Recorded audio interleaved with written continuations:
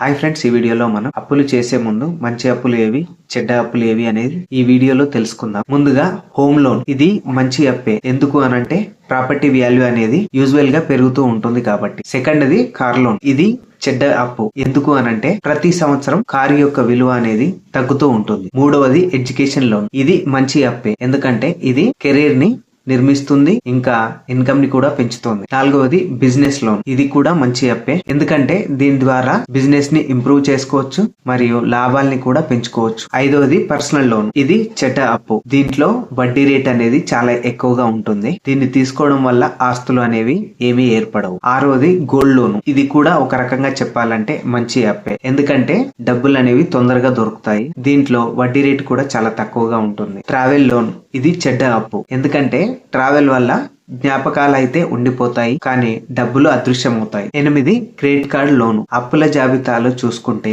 ఇది చాలా చెడ్డ అప్పు. దీంట్లో వడ్డీ రేట్ అనేది చాలా ఎక్కువగా ఉంటుంది. అప్పుల ఊబిలో కూరుకుపోయే అవకాశం ఉంటుంది. ఇక చివరిది 9వది షాపింగ్ లోన్, ఇది చెడ్డ అప్పు. ఎందుకంటే ఇది ఓన్లీ లైఫ్ స్టైల్ కోసమే కానీ ఇన్వెస్ట్మెంట్ పర్పస్ అయితే కాదు. ఓకే వ్యూయర్స్, ఈ వీడియో నచ్చితే లైక్ చేయండి. ఇలాంటి ఫైనాన్స్ రిలేటెడ్ కంటెంట్ కోసం నా ఛానల్ ని సబ్స్క్రైబ్ చేసుకోండి. Thank you for watching.